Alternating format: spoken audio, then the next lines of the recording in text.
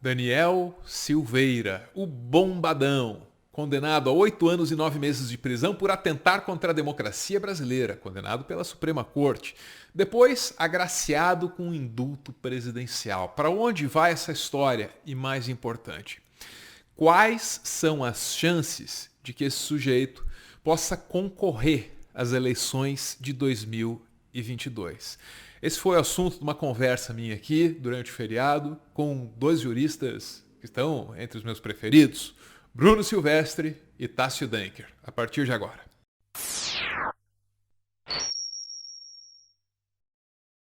Ô Tássio, deixa eu te fazer uma pergunta. Eu poderia dizer que eu acho, mas assim, é mais do que uma opinião, tá? Tem informação aí no meio.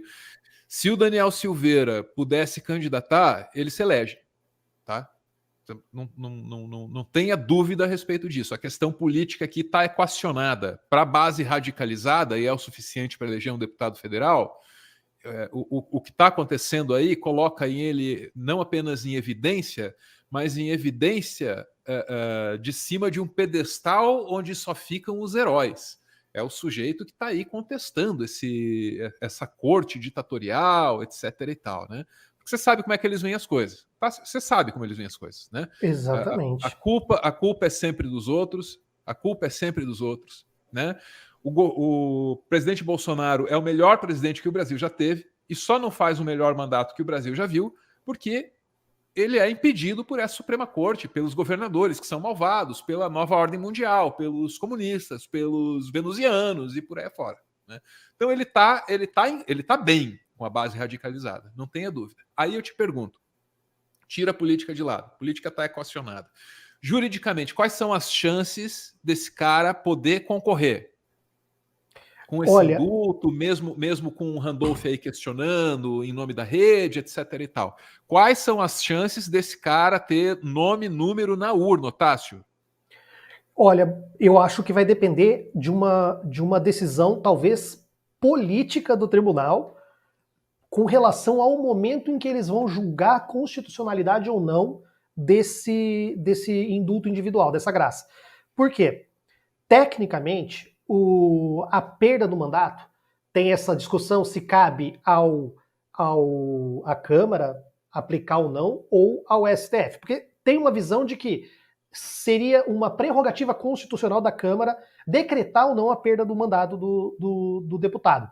Só que isso é quando o deputado é condenado numa ação criminal. E ele pode ser condenado numa ação criminal sem que essa condenação criminal inclua entre as sanções, porque ele vai ser condenado a 8 anos e 9 meses de prisão, a uma multa de não sei quantos, a perda do mandado, a pagar não sei o que e tal. Então são várias condenações. Muitas vezes uma condenação às vezes não inclui a perda do mandato. Por exemplo, se tivesse algo que não fosse nada a ver com a atribuição dele como parlamentar, sei lá, ele tivesse atropelado alguém num acidente de trânsito, matado, e fosse condenado. Essa condenação lá na justiça talvez não daria a perda do mandado. Isso caberia ao Congresso decidir.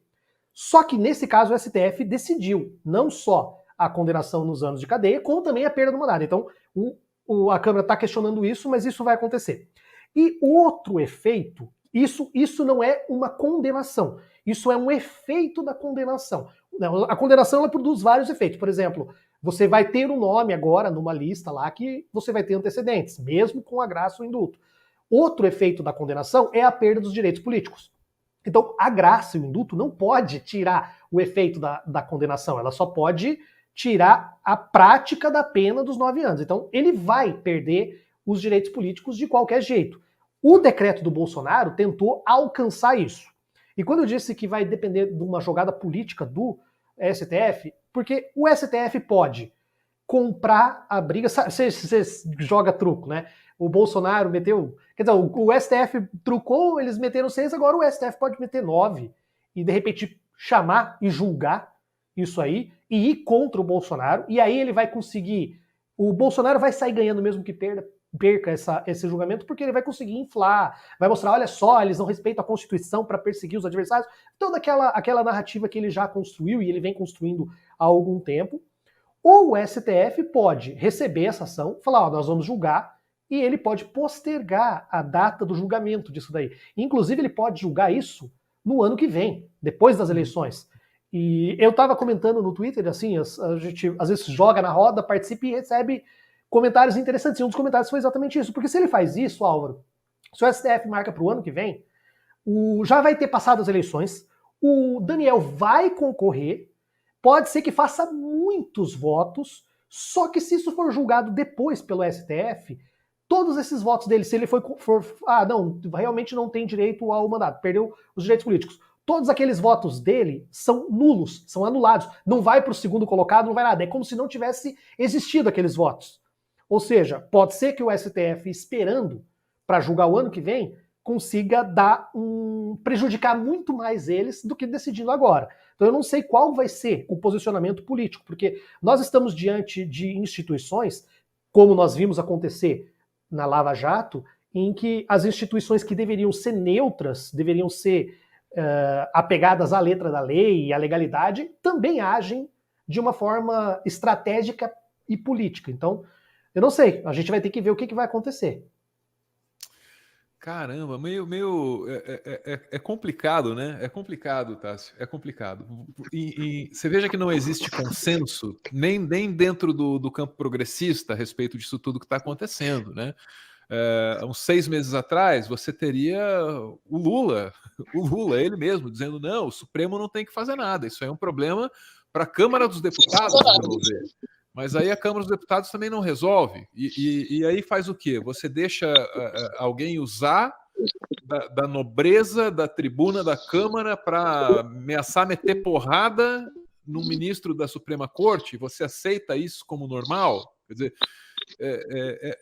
as circunstâncias são muito complicadas. Ô Bruno, se a tua conexão aí tiver íntegra, tiver plena, eu quero te ouvir sobre isso, assim, até onde vai o direito, até onde vai a política. Às vezes, a gente fica com a impressão, assim, de que é só uma bússola o direito. Então, uma coisa que eu acho legal, eu uso para explicar para todo mundo. Existe uma coisa chamada teoria tridimensional do direito, que fala de fato, valor e norma. Isso é o direito. Fato, valor e norma. Quanto um fato é relevante ou irrelevante, você dá um valor a ele. E aí você cria ou acaba com uma norma. Por exemplo, o Brasil tinha uma regra de que mulheres ou homens mesmo não poderiam andar lá de 2 peças na praia, chamada Lei do Biquíni. Era um decreto. Esse decreto, em tese, ele ainda está em vigor, porque ele não foi revogado. Por outro lado, ele caiu em desuso. Então, o que acontece? Existe uma questão de que o valor que uma sociedade dá para alguma coisa faz com que uma norma funcione ou não funcione ou se altere. E aí a gente vai ver, por exemplo, nos Estados Unidos, os republicanos achavam um absurdo, imoral, injustificado, que um presidente, no último ano de mandato, indicasse um membro vitalício para a Suprema Corte de lá. E aí eles defenderam isso, e com isso um cara indicado pelo Obama, logo no início do seu último ano de mandato, teve o seu mandato, ele foi impedido de ingressar. Aí depois, quando foi na época do Trump, no seu último ano, faltando, sei lá, 3, 4 meses, os próprios republicanos foram lá e colocaram um ministro. E aí foram perguntar para o mesmo cara republicano que estava defendendo aquilo. Aí ele começou a gargalhar, dizendo, agora a gente está no poder. Então, o que acontece? Às vezes, uma argumentação jurídica, ela vem do interesse da pessoa e não do que ela realmente acredita. Então, a gente tem essa questão. Por exemplo, tem gente no Brasil querendo um presidencialismo parlamentarista. Como assim? Tirar mais poderes do presidente e colocar mais poderes para o Congresso. Basicamente, o que se tem é que querem que haja uma movimentação por conveniência. Por exemplo, por que o processo... Olha só, não estou falando sobre o resultado. Por que o processo do Collor e o da Dilma andaram, o pedido, e o do Bolsonaro não andou? Por uma simples questão de conveniência. Na verdade, é imoral o presidente da Câmara não ter dado seguimento, porque ele está ali só para dar carimbo. Tem precedente? Como é que é? Tem os requisitos? Tem. Não tem? Então é indeferido. Ou seja, é só isso que tem que fazer.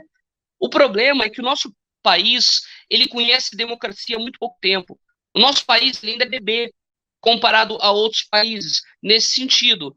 E aí as pessoas, elas querem utilizar as argumentações jurídicas ou ainda políticas como time de futebol. Só que o problema é que as pessoas, elas defendem como time de futebol pessoas e partidos e não o nosso coletivo. Então, o grande problema que a gente tem é esse. Por mais que a gente mostre, olha, o argumento jurídico é esse, isso aqui é ilegal por conta disso, tem essa base jurídica. Existem várias pressões que são feitas para manter aquele interesse. Por exemplo, o Aras não era para estar na Procuradoria, porque você tem que respeitar a movimentação do Ministério Público de dizer, olha, eu escolhi esses 3 aqui, presidente, escolhe um dentre esses 3. Então, assim, é no mínimo imoral o Aras está lá. Porque o presidente aceitou, 2, porque ele aceitou a indicação do presidente. Porque eu juro para você, Álvaro, se eu fosse do MP e eu tivesse sido indicado pelo presidente fora da lista tríplice, eu não aceitaria. E eu não aceitaria em respeito aos meus pares. Então existe uma questão de moral e ética que tem que ser trabalhada na nossa sociedade. Então, assim, esse 10-1 foi um 10-1 muito importante, porque agora mostrou que os ministros estão a favor da democracia. Então, que essa guerra ela aconteça, porque o Bolsonaro ele já provocou ela de todas as formas possíveis.